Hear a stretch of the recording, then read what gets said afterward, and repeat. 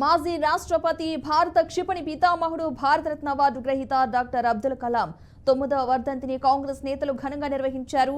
అబ్దుల్ కలాం జీవన విధానం అందరికీ ఆదర్శం, అరుణసరణీయమంటూ కూడా రాజ్యసభ మాజీ సభ్యులైతే డాక్టర్ తులసిరెడ్డి అన్నారు. కలలు కనండి, సాకారం చేసుకోండి అనే కలాం ఇచ్చిన అమర సందేశం యువతకు తారక మంత్రంగా పనిచేస్తుందన్నారు. కలాం నిత్య విద్యార్థి అని, అందుకే ఆయన జన్మదినమైన అక్టోబర్ 15న ప్రపంచ విద్యార్థి దినంగా ఐక్యరాజ్య సమితి ప్రకటించిందని అన్నారు.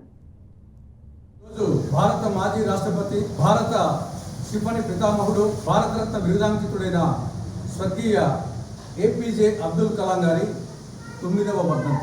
ఏపీజే అబ్దుల్ కలాం గారు ఒక విశిష్టమైన, విలక్షణమైనటువంటి మహామనిషి. కలలు కనండి, వాటిని సాకారం చేసుకోండి అని ఆయన ఇచ్చినటువంటి అమర సందేశం ప్రపంచవ్యాప్తంగా యువతకు ఒక తారక మంత్రంగా పనిచేసింది. స్వయం కృషి, స్వీయ ప్రతిభతో ఒక సామాన్యుడు మాన్యుడు, అసామాన్యుడు కాగలడు. రామేశ్వరం నుండి రాష్ట్రపతి వరకు పోగలడు. ఒక పేపర్ బాయ్ నుండి ఒక శాస్త్రవేత్త కాగలడు అని చెప్పేసి ఏపీజే అబ్దుల్ కలాం గారు ఆయన నిత్య విద్యార్థి. అందుకోసమే ఆయన జన్మదినమైనటువంటి అక్టోబర్ 15ను ఐక్యరాజ్య సమితి ప్రపంచ విద్యార్థి దినంగా ప్రకటించడం జరిగింది. నిష్కలంకమైన, నిరాడంబరమైన, మానవత్వం కలిగిన ఆయన జీవన విధానం ప్రతి ఒక్కరికి, ప్రపంచవ్యాప్తంగా ఉండే ప్రతి మానవునికి ఆదర్శం, అనుసరణీయం, స్ఫూర్తిదాయకం. జై కాంగ్రెస్, జై కాంగ్రెస్, జై కాంగ్రెస్.